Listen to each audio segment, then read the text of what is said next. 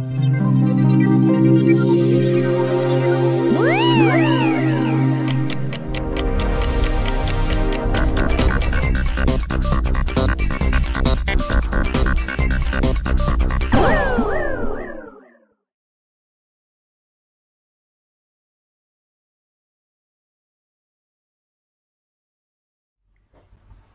Sea-Earth Globe and Its Monstrous Hypothetical Motions by Albert Smith. Perspective, true and false. 1. All parallel lines, like those of a railway, seem to approach and finally to meet in the distance. 2. Straight lines above the eye of the spectator appear to descend to the eye-line. 3. The horizontal, or eye-line, is a straight line on a level with the eye, at whatever elevation the spectator may be. 4. Lines or objects below the eye line, remaining at the same level, seem to rise as they recede, until they vanish in the eye line. 5. Similarly, lines or objects above the height of the spectator, and maintaining a constant altitude, appear to descend until they are lost in the eye line. 6.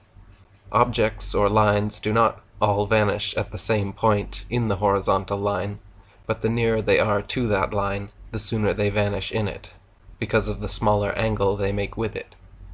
7. The distant horizon being always on a level with the eye, whatever be the altitude of the observer, it seems to rise, or to fall, with the observer, but he never has occasion to depress his vision to look downwards towards it, nor upwards. Now let us apply these rules, which are the laws of true perspective, to the disappearance of ships at sea, as illustrated in zetetic diagrams, and violated in those of the globularist. First, take Figure 10 on the title page. The intelligent reader will soon see that this zetetic diagram harmonizes with and illustrates the first 6 rules above given. The hull of the vessel, being nearer the eye line, vanishes, according to Rule 6, before the flags and upper sails, which are farther from it, because the lower angle is the lesser. Besides, the hull rides on a dark background of water, while the upper masts and sails are often against a bright sky. But the ship never goes over and then down on the further side of a bulge or a hill of water. For in clear weather, a good telescope, which magnifies the distant angle of vision, brings again the ship's hull in sight. Had the ship gone over and beyond the supposed dip or curvature, no telescope could fetch it back again. And when, on the crest of the supposed hill of water, the hull itself should become visible against the background of a clear sky. But in harmony with Rule 4, ships never so disappear, because there is no real rise or protuberance in a calm sea, which, as we have abundantly shown, is everywhere level or horizontal. Let us now turn to the false perspective sometimes given in globite diagrams and books on geography. Our Figure 11 is taken from a high-class schoolbook, and in Scott's Astronomy there is another on the same principle, or rather, on the same lack of principle. This diagram violates every law of true perspective. The observer at A is made to look down to his distant horizon, and so is the one at B, though in the diagram he appears to look up. This is a double violation of Rule 7 as given above, and further, the reader will notice how the feet of the observers are not pointing towards the center as they should be if the earth be globular. The diagram is a scientific fraud. Whether intentional or unintentional, we need not here discuss. Suppose the observer at A were to turn round and to look downwards, in the opposite direction towards G, what would he see? An awful chasm at which the stoutest heart would quail? The thing, and the ideas it represents, are a disgrace to modern education. Is it any wonder, therefore, that a famous writer like Goethe should say, "I curse this modern theory of cosmogony, and hope that perchance there may appear some strong scientist of genius who will take up the courage to upset this universally disseminated delirium of lunatics"? In Figure 11 we have shown an illustration used to support the false perspective and false teaching of the schools.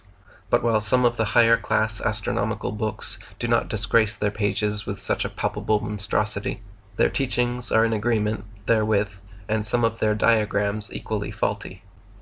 Let an observer be placed on some small island in mid-ocean, as represented in Figure 12, where he can watch ships sail away from him in opposite directions.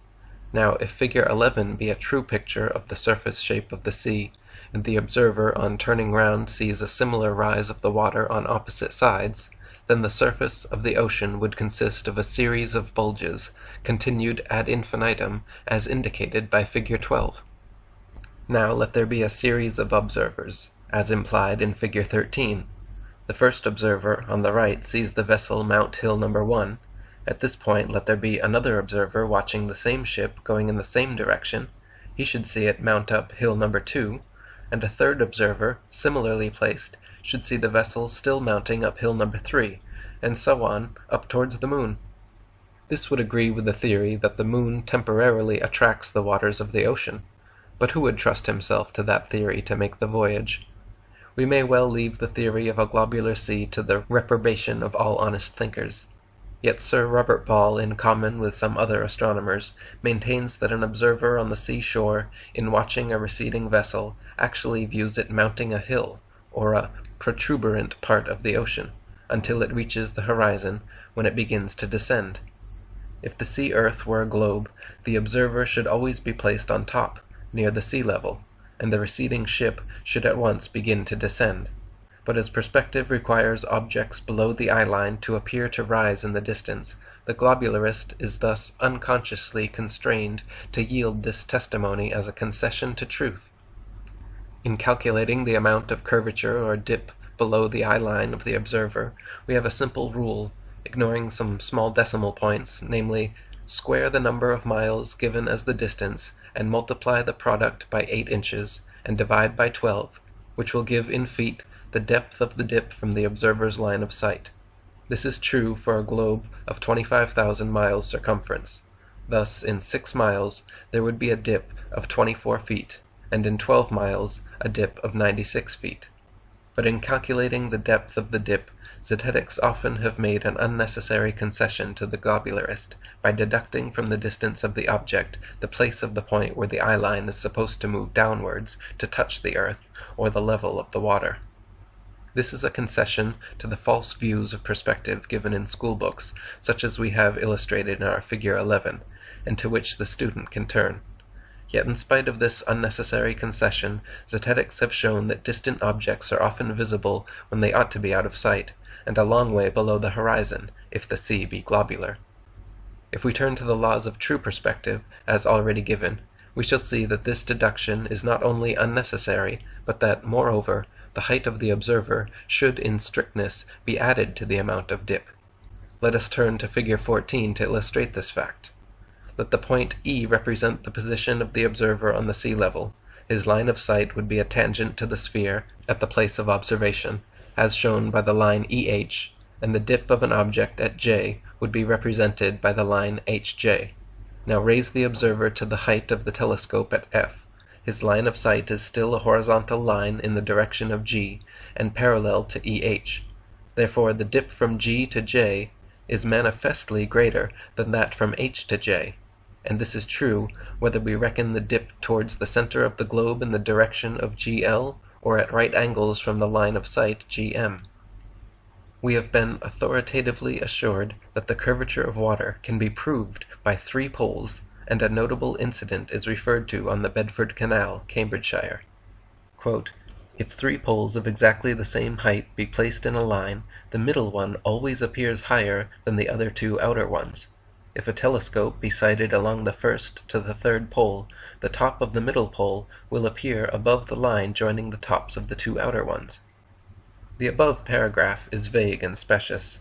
What is meant by sighting the telescope along the first pole to the 3rd? Is it here the trick comes in? The 3rd pole, being farthest off, will appear perspectively smaller, and the first will not be seen at all if the glass be laid along the top of it. The telescope should be placed at some distance away from the first pole, when the line of sight would be found running along the level tops of each pole. Refer to Figures 14 and 15. The line of sight from A to C is not parallel to a line tangential at A, but it ought to be, if there be no trick of collimation in the telescope. But suppose pole B seems higher than C. Shift the glass along B, and add a fourth pole at D, equally high and distant. Now pole C will always appear higher than pole B, so that C is both lower and higher than B, which is absurd, as Euclid says. When the noted wager was tried on the Bedford Canal, the lens should have been turned halfway around to test whether there was any trick in the telescope. But J. Hampton was not sufficiently sharp. Sir A.R. Wallace was doubtless honest, but the glass may have tricked him. Through a friend I sent him a challenge to show in print how the bet was won, promising to reply courteously, but to me he never replied. Hence of that incident we may write, "Rest in peace." But I retain copies of the official photographs taken at the time, in case any other globite cares to pick up my glove. My friend Parallax, Dr. Robotham, had tried many experiments on that canal between 1838 and 1862, and after the bet affair he again went and carefully tested the water for 6 miles with various powerful telescopes. He found the surface perfectly level as before, and his experiments have several times been published, but never refuted. Yet the canal is still there. For proof how they cook science, see the London Daily Chronicle, January 14, 1893.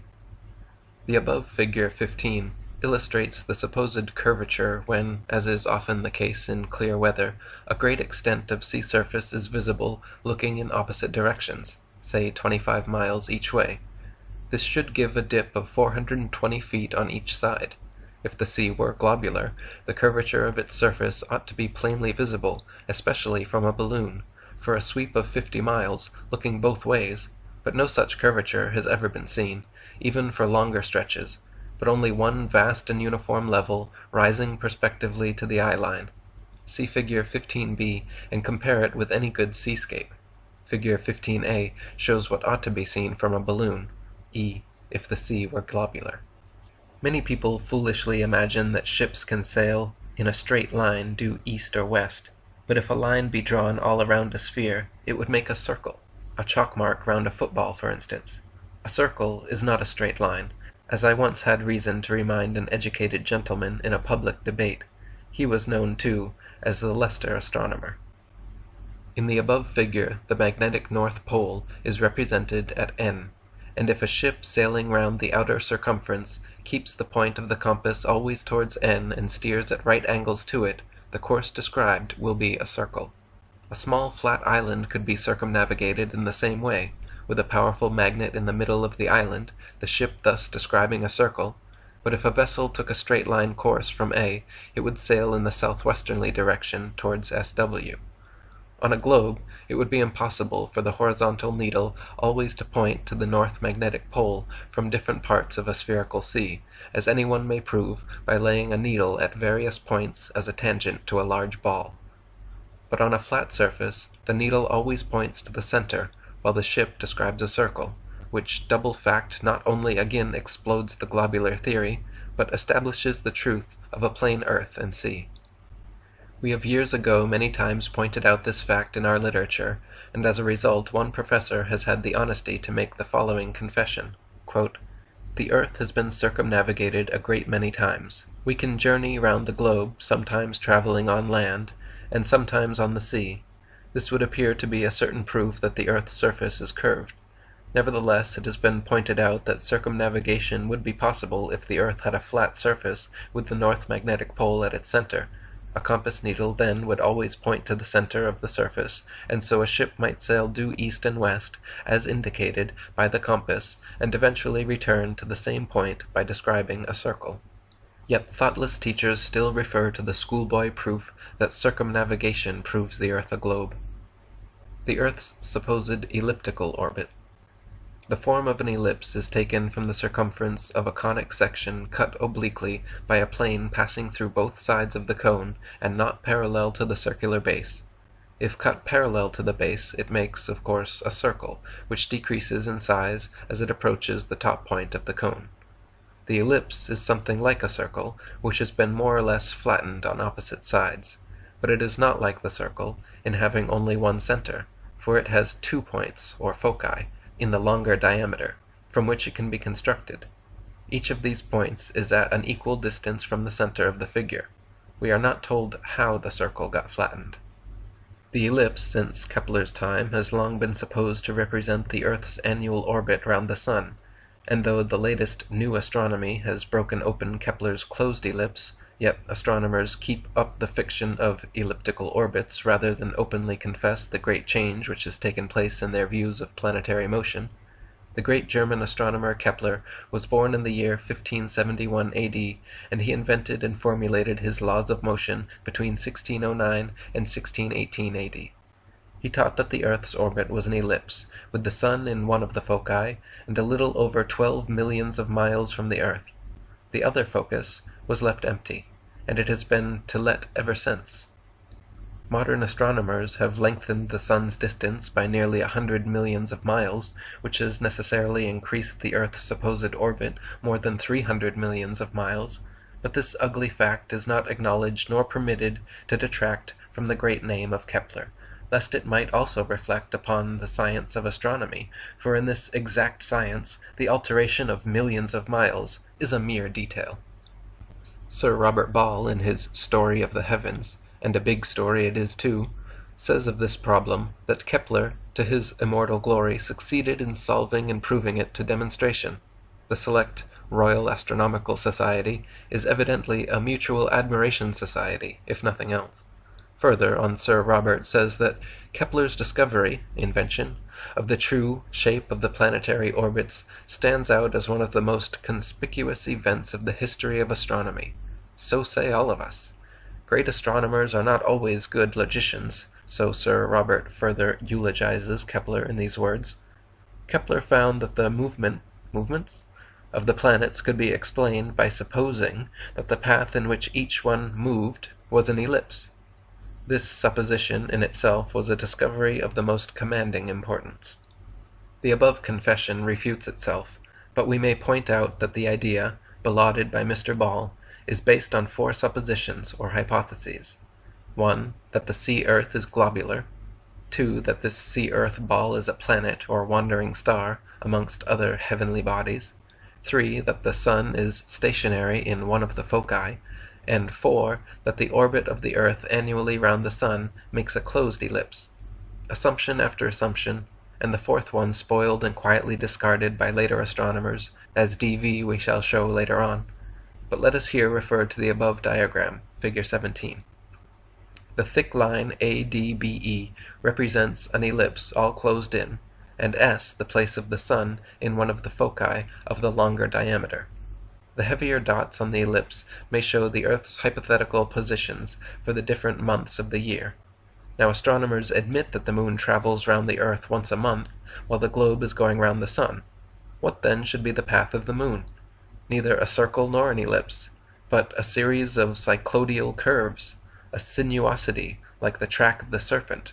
But my limited space demands brevity. Look at the curve and study it, and you will find out some curious phenomena which the Moon ought to manifest if their theories were true, but which she, in spite of her supposed fickleness, refuses to manifest. Trace out the path of the Moon through the various signs of the zodiac in relation to the Sun's fixed position. The Moon would sometimes be very slow, sometimes very swift, sometimes stationary, and sometimes actually appearing retrograde. Yet the daily speed of the Moon never varies more than 2 or 3 degrees, and the Moon's motion is always direct through the 12 signs, justifying the inspired statement of the psalmist that the Moon is the faithful witness in the sky. After belauding Kepler for his elliptical orbits and giving him immortal glory, Sir Robert Ball shows in his romance called The Story of the Heavens that another astronomer, and a greater than Kepler, soon after came along and ruthlessly ripped open the Keplerian skin bottle, thus spilling the gravitation wine which was supposed to be stored therein. Our friend Robert, quite unabashed, tells us in his heavenly story that Sir William Herschel was the first to solve the noble problem as to whether the Sun was really at rest in the middle of our solar system, or whether the whole system, Sun, planets, and all, is not moving on bodily through space. So that after all Kepler's invention did not settle this noble problem, which was left for another to grapple with, and this one has for the time being settled it. that the sun is rushing us all through space at a terrible rate towards a distant star millions and millions and millions of miles away, to Lambda Hercules, a romance worthy of that classical giant whose 12 labors through the great were nothing compared to the labors now imposed on the sun god through the 12 signs of the zodiac. For in the words of our great storyteller, we are assured that, quote, "The sun and his system are now hastening towards to a point in the heavens near the star Delta Lyra. The velocity with which the motion is performed corresponds to the magnitude of the system. Quicker than the swiftest rifle bullet that was ever fired, the sun, bearing with it the earth and all the other planets, is now speeding onwards. Every half hour we are about 10,000 miles nearer to the constellation of Lyra. In common parlance, we may say that this is a stretcher. But what about Kepler's elliptical orbit? There is now a great gash in it, 175 million miles wide, equal to the sun's present annual journey. Such a gash is surely fatal. And what about the altered orbit of the globe? Instead of an ellipse, it is now a cycloidal curve, as represented by the thick line in figure 18, and a curve showing that the globe must have reversed motion at each end of the cycle as it travels from left to right.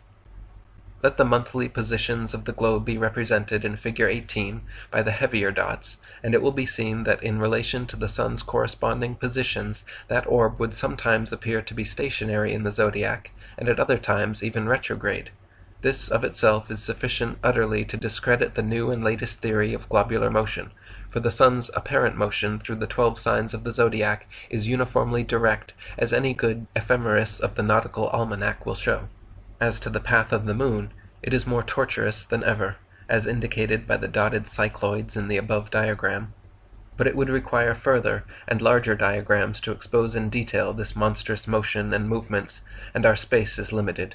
Suffice it here to say that diagram 18 represents the moon getting in advance of the globe once every month, which would compel it to move at such an awful rate that the magnitude and duration of lunar eclipses would be enormously altered and lessened. Yet such eclipses were correctly calculated long before the time of Herschel and company.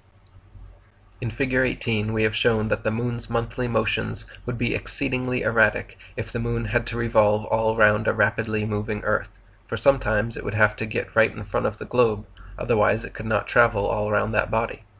Yet the moon's daily motion of about 12 or 13 degrees is always direct through the zodiacal signs, and it never varies more than 2 or 3 degrees. But if the sun, by some astounding pulling powers, and without any physical fastenings or connections, can drag after it, in its vast and unknown journey into boundless space, all the planets, the globe, and the moon, then these bodies, and especially the latter, should always be found in the rear. In this case, the moon would never really travel round the earth at all, neither in a circle, nor in a spiral, nor an ellipse, but its movements would manifest a series of serpent-like sinuosities, as found above in figure 19. Thus again we find that the lunar orbit, under this extravagant theory, would be most unnatural and erratic. Its form may imitate its origin. Yet the moon's actual movements, as given in a practical almanac like the nautical almanac, are fairly regular and uniform, again proving the discrepancy which exists between practical astronomy, as used by navigators, and theoretical astronomy, as taught to landsmen in the schools and colleges. With natural and practical astronomy we not only have no quarrel, but we have had great pleasure in its study for more than 50 years. But with the ever-changing unnatural and infidel speculations of the schools, true Bible Christians will wage undying warfare.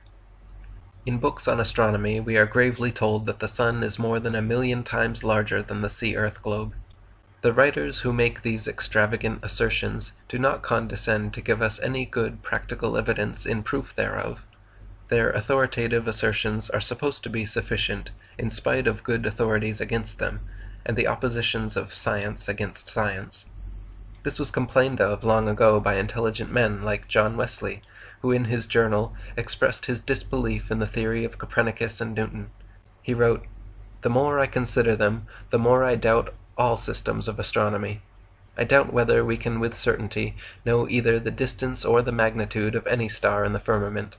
Else why do astronomers so immensely differ with regard to the distance of the sun from the earth, some affirming it to be only 3, and others 90 millions of miles? When doctors disagree, who shall decide? Our God-given senses and a few practical observations. We have shown that the moon is a faithful witness in the heavens, and we may find the sun's testimony the same. Two good witnesses, when critically examined, both testifying against the extravagances of modern theories. Now look at Figure 20. Let an observer stand by night directly under a lamp-post. The light above him will cast no side shadow. If he moves northwards, his shadow will fall towards the north, and if he goes south, his shadow will fall southwards. If the light were extended by a number of gas jets above his head, say for 10 feet, then on the observer moving that distance underneath, he would still see no shadow. That is, the vertical rays of the light would cast no shadow for a distance equal to its own extent. Now apply this reasoning to the shadows of vertical objects cast by the sun's rays. In northern latitudes, the shadows fall towards the earth, and in southern towards the south. The declination of the sun varies from the Tropic of Cancer 23½ degrees north to an equal declination south of the equator, the Tropic of Capricorn. Between these extremities, the sun is always, at noon, directly overhead, in places with latitudes equal to his declination, the variation in which is the cause of the varying seasons. In these places on land or at sea, the sun casts no side shadow at noon, and it has been found that this phenomenon extends for 32 miles, so that the column of the sun's vertical rays is 32 miles across in every direction, a distance equal to the length of the solar diameter. And whether we take the surface of the sea as curved or horizontal, there would make little difference to the diameter, as may be seen on referring to Figure 20. During the Boer War, Dr. Robertson, a medical gentleman, sailed with our troops from England to South Africa, and in 14 degrees north latitude, the vessel, at noon, came under the vertical rays of the sun. He discovered the fact above mentioned, and published it in a book he wrote. He was a globularist at the time, but as I lost touch with him soon after reading his book, I cannot say how his discovery affected his subsequent belief. It ought to have brought him into the ranks of the Planists, and I posted him some of our literature. His book was entitled The Mutual Relations of the Sun and Earth. I do not now possess a copy, so I cannot quote directly from it, and our space is very limited. But Dr. R., by diagrams and arguments, demonstrated that the diameter of the sun is only 32 miles across. Thus the sun is a small body as compared with the size of the earth, yet as compared with the planets it is a giant, and as the psalmist says, a giant rejoicing to run his race. The nautical almanac bears out the truth of the sun's comparatively small size. It gives the sun's semi-diameter as 16 minutes of a degree. 1 degree of latitude is equal to 60 miles, and as there are 60 minutes to a degree, twice 16 minutes must be equal to 32 miles, the sun's diameter, by no less an authority than that of the navigator's chief almanac. We are aware of the usual astronomical quibble to get over this difficulty, another assumption, the sun's immense distance, but whatever the distance may be, the sun's rays traverse it, and the column of vertical rays is only 32 miles across. The sun therefore witnesses to the truth of the nautical almanac, another faithful witness in the heavens. But luminous bodies often appear larger than they really are, as is sometimes illustrated by the old moon being in the arms of the new. The sun's distance and focused image. In studying this part of the subject, we must distinguish between the focused image of the sun, as sometimes seen refracted through the clouds, and that orb's position as seen at noon in a clear sky when there can be but little refraction. Figure 21 is a copy of a drawing I took years ago in latitude 52 degrees 38 minutes north, and longitude 1 degree 9 minutes west, when the sun's rays were divided at an angle of about 90 degrees. On one side they fell on a church, and on the other on a tree 4 miles away from the church. The focused image, therefore, would be only about 2 miles high, a distance equal to CB, the base of a right-angled triangle. Had anyone ascended in a balloon, the focus of the light would have receded upwards, as a rainbow recedes when an observer tries to approach it, the height of the bow depending upon the observer's position and that of the sun. In judging the sun's true distance, we need a clear sky, when the sun is on the meridian at noon.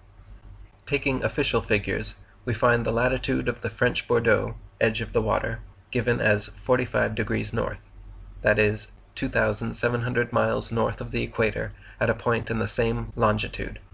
Reckoning 60 miles to 1 degree, now let us refer to the left half of figure 21. At the time of the equinoxes, March 21 and September 24, the sun is directly over the equator in the longitude of Bordeaux at noon, C. Thus we then obtain the right-angled triangle BCS, the sun's vertical rays falling upon the point C, and making with the line CB, already proved to be level, the right angle BCS. Looking from Bordeaux towards the sun at midday, we look along the line BS, making an angle of 45 degrees with the base BC. Now in every triangle, the three angles are together equal to two right angles, hence the remaining angle BSC contains 45 degrees and is equal to the angle at B. But as Euclid proves, when two angles of a triangle are equal, the sides subtending or opposite them are also equal. Hence the base BC is equal to the perpendicular CS. In other words, the height of the sun above the flat earth is equal to the distance of Bordeaux from the equator in Africa, probably less, but certainly not more, than about 2,700 miles. The various branches of truth are connected, so that if we find one important branch, we can be led on to another, and similarly, if we break off one branch, we injure all. The question now arises, if the sun keeps at the same general height in its journey over the plain earth, why does it appear to go down and set? The student should again read the article on perspective, true and false, and note especially Rule 5 there given. A balloon sailing away high above an observer appears to descend as it recedes, although retaining the same altitude. Referring to the above figure 22, an observer sitting inside a greenhouse or conservatory with a curved glass window will see phenomena something like what is there depicted. A represents the position of the observer, C the sun's position at 12 noon, and the line CF the elevation of about 1/4 of its daily path. At 1:30 p.m., the sun arrives at D, making the angle DAB an angle of about 58 degrees, with the baseline already proved to be level. At 3 p.m., the sun arrives at E, making the angle EAB of 38 degrees, or a descent from C of about 52 degrees. At 6 p.m., the sun arrives at F, a distance from C of nearly 3 times its height, and the angle of its rays drops to about 22 degrees, and sometimes to only 18 degrees. Thus the fact is made clear that even by perspective alone, the sun seems to drop almost to the horizon while remaining at the same height. If the sun were a non-luminous body, it would disappear sooner, as a balloon disappears. There are details which we cannot here stop to consider, such as variations in the time of sunset caused by alterations in its declination. The speed of the sun itself varies, hence we find a good clock sometimes said to be fast, and sometimes slow, according to the time of year and the size of the sun's circle over the earth. These are points which can be studied with the aid of a good astronomical almanac or ephemeris. But I may briefly intimate the general law of motion for celestial bodies.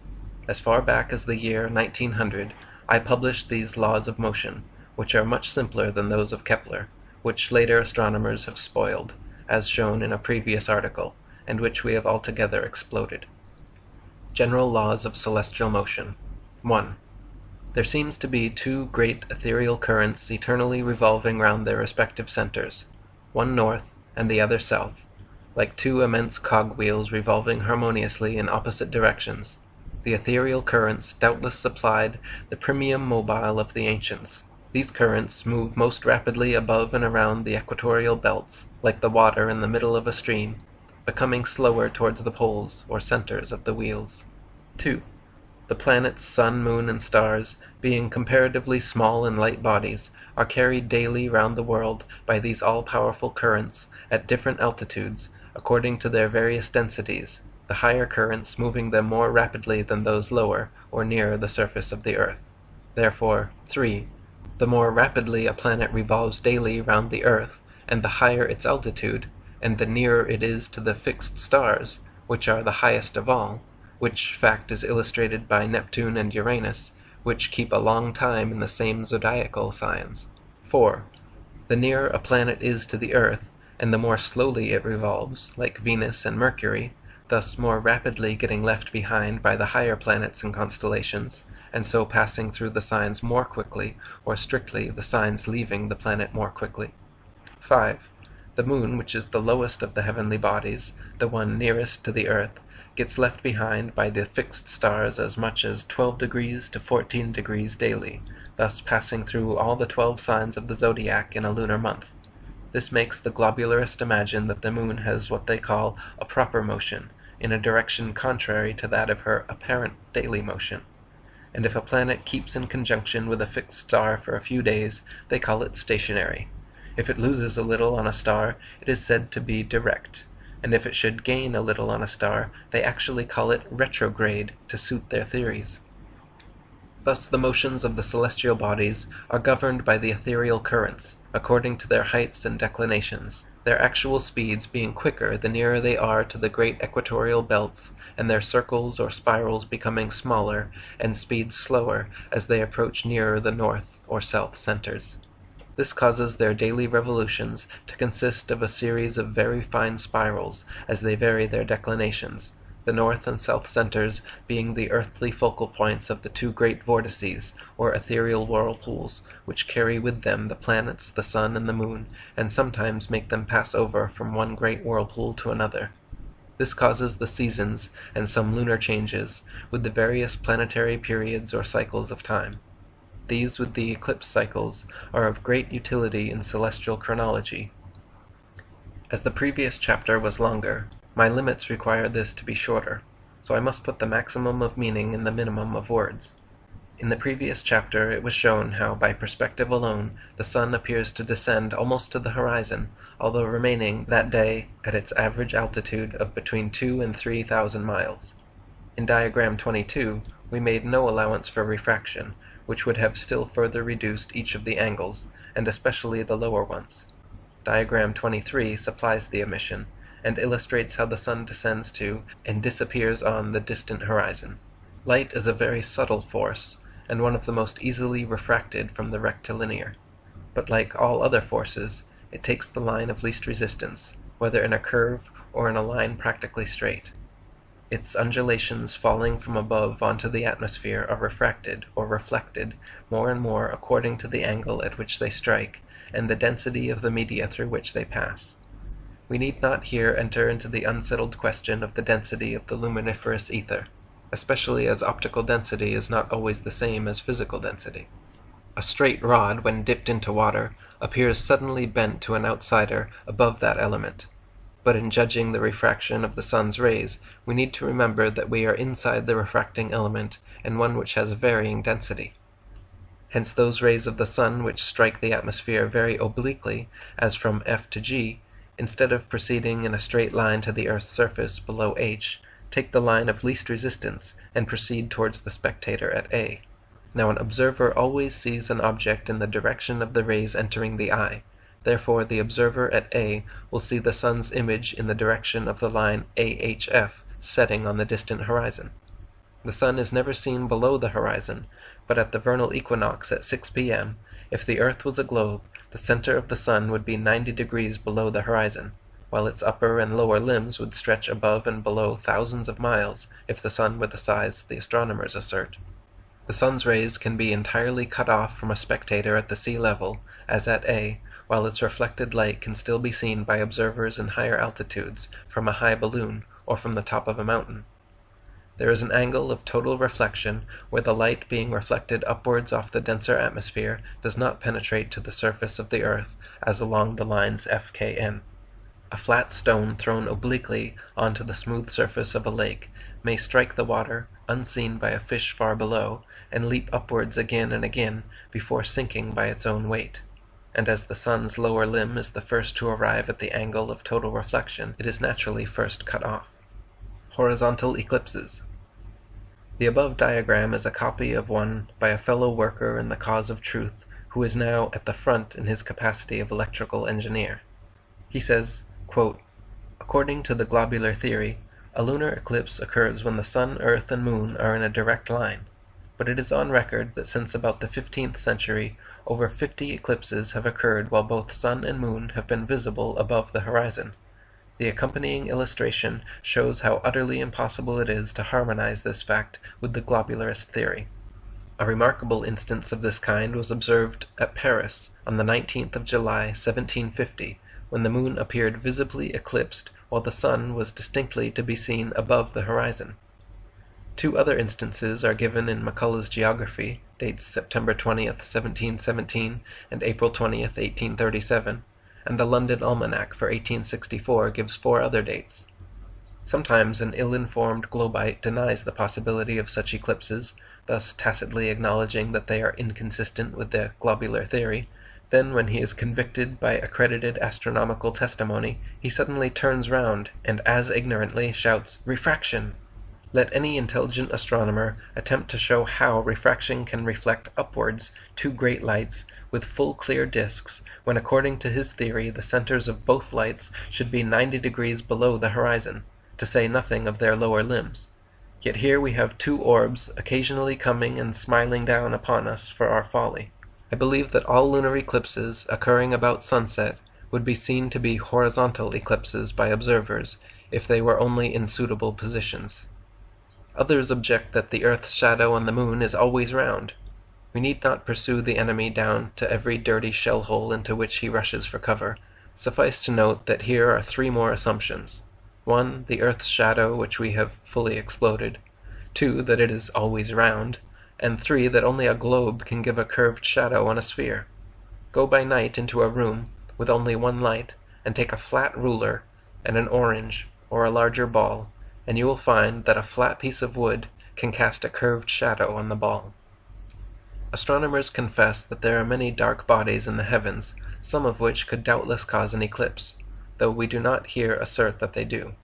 As there is a focus of light, so there is a definite focal point of darkness opposite, and when the moon, which has a lesser light of her own, gets inside this dark focus, her rays and her influence is seriously interfered with, a fact well known to astrologers. Her light is not entirely cut off, as we have seen the whole of the moon's face a dark copper color at the moment of the totality of the eclipse, the moon having a peculiar light of her own, very different from the sunlight. Eclipses were predicted hundreds of years before the Copernican theory was invented, to say nothing of the latter new astronomy. Thales, about 600 years before Christ, and the great astrologer Ptolemy predicted eclipses hundreds of years in advance. And Zetetics, who possess past tables of eclipses, can predict others, for they occur in cycles or periods of 18 years, 10 1/3 days, and have nothing to do with the globular theory. In fact, they could not be calculated on the latest globite speculations, as the following illustration will show those who are willing to see. Let a taxi drive round a large square. As it spins along, let a horseman ride his Pegasus round and round the taxi, and suppose a swallow squealing and circling round the Pegasus. When and where would these 3 bodies, representing sun, earth, and moon, fall into line with the principal avenue of the square? Who would calculate this problem, especially if they did not know either the size of the square or the velocities of the moving bodies? No eclipse could last out half its present duration, yet eclipses with their magnitudes and durations are still calmly tabulated, and ill-informed globites imagine that this is another proof of the truth of modern astronomical theories. Zetetics owe much to a London medical gentleman who last century, under the nom de plume of Parallax, revived the Zetetic cause by his able writings and powerful lectures. But it is seldom given to pioneers to dig out all the truths they unearth. Hence early Zetetics only acknowledged one pole, no evidence of a south pole having then been actually discovered by Antarctic explorers. It was left for Zetetes principally to carry on the war, and to be the first Zetetic to acknowledge the proved existence of 2 so-called poles. This he did many years ago in various articles published in a book entitled Zetetic Astronomy, now sold out of stock, and also in lectures in different parts of the country, and in public debates. He was the first editor of the Earth Not a Globe Review. At the same time it was shown that these so-called poles are not the 2 termini of the Earth's imaginary axis, but rather the north and south centers of solar and stellar celestial motion. Stars with north declination revolve daily around a central star in the north called Polaris, and stars with south declination around a southern center near Sigma Octantis. An objector in New Zealand sent the writer some photographs he had taken showing what he called star trails around a southern center, and which he wanted me to believe were globe trails, or caused by the rotation of the Earth. I accepted the photos as honest and genuine proofs of southern star motion, but I insisted on the title the photographer himself had given them. They were star trails, and nothing more. In fact, the rotation of the globe would have produced different lines, especially of those stars, passing directly over the latitude of the photographer, so that when properly understood, they were against the globular theory, and not a proof of it. The fixed stars are so called because, except for very long periods, they do not appreciably alter their relative positions, and they are mere points of light, so small that the most powerful telescopes cannot magnify them into disks. Yet they are supposed to be suns of immense size, removed by the astronomers to immeasurable distances away from us, for the credit and convenience of their theories, yet not so far that they profess to be able to find a parallax for many of them. The star Alpha Centauri is said to be one of the nearest to us, and it has been given a parallax of 0.75. But if it were a sun of such size, even though it were many times farther off than it is said to be, it would show in the telescope a distinct disk of at least half a second, so that the contention of Sir A. R. Wallace is here justified. The fact that there are no stars with visible disks proves that there are no suns of the required size. But the sun, moon, and planets have disks or faces of various sizes, some very small, and they wander from the north circuit to the south and vice versa, according to their seasons and times. Thus the sun daily revolves around the north center for 6 months, then it crosses into the south circuit for 6 months. Thus its light, as the psalmist long since told us, reaches from one end of the heaven to the other. The question has been asked, if the sun crosses from the northern circuit to the southern, how is it so little difference is observable in its positions? The above diagram, figure 25, will help the student to understand this more intricate part of the subject. But we must remember that there is a great difference between the motions of the solar orb and the motions of light which proceed in every direction away from it. The motions of the celestial bodies we have already explained in connection with figure 22, and we have also shown that the equator is a broad belt of vertical rays and not a mere imaginary line. We will refer to figure 25. At the vernal equinox the sun is at E in the morning at 6 a.m. Its light traveling round with the ethereal currents is seen at the same moment by an observer at A. Now an observer always sees an object in the direction of the rays entering the eye, and the curve of about 6,000 miles from E to A is so great that for the last few miles the rays seem to come to A in a straight line in the direction from H. Hence he sees the sun's image rise due east, not northeast, proving that light travels in great curves. In the same way observers at A and at M see their different sun images at I and at T, but it is self-evident that the orb of the sun itself cannot be in these various positions at one and the same time. 6 hours later the sun itself arrives from E to A, and it may happen that then its swirl outwards from N drives it into the southern current, and it goes round with that current in the direction of the arrow until it arrives at P, when its light, preceding it in a great curve, the sun's image is again seen at H from A. It then goes round with the southern currents daily, contracting its circle in a fine spiral until it arrives at 23½ south latitude, when, having lost its further southern tendency or swirl, electrical and magnetic forces, doubtless under intelligent supervision, drive it again northwards. Similarly, explanations apply to the moon and to the planets, but with different periods, owing to their different altitudes, as already explained in the former article. The sundial. If you have not got an ordinary sundial, fix in your garden an upright pole or rod with a ball on the top of it, say in England or in any country with good north latitude, and at the time of the vernal equinox. Then from 6 a.m. to 6 p.m. peg out the positions of the shadows of that ball every quarter of an hour, and draw a line along the pegs. You will find it makes a great curve, about half of an ellipse, with the longer diameter, as in the inset NORT. If your rod was at the North Pole, the shadow would make a semicircle.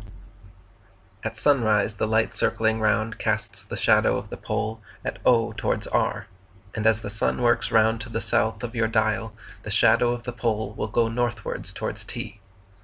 Similarly, when the sun works round to the west, the shadow gradually curves round to N in the east. When living in London many years ago, I frequently tried this experiment in my back garden, as also a similar one on the flat housetop with a shorter rod or stylus. Now if the moving daylight has been caused by the rotation of the earth, the shadows of that ball in the garden, or of the knob of the shorter upright stick on the housetop, would have fallen in a straight line. Test the truth of this by an experiment with an orange or a larger ball in a dark room illuminated by one lamp. Place an upright stylus near the center of a flat and stationary table, and carefully carry the light halfway around. You will get the sundial curve.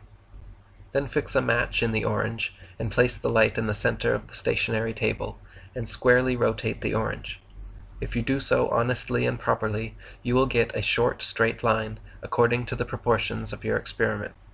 Thus the sundial, the shadows of our lamp-posts in the city squares, and the shadows of our tall trees in the city parks, all testify, often daily, to the great fact that we are living on a plain and stable earth, with the light of heaven daily revolving around.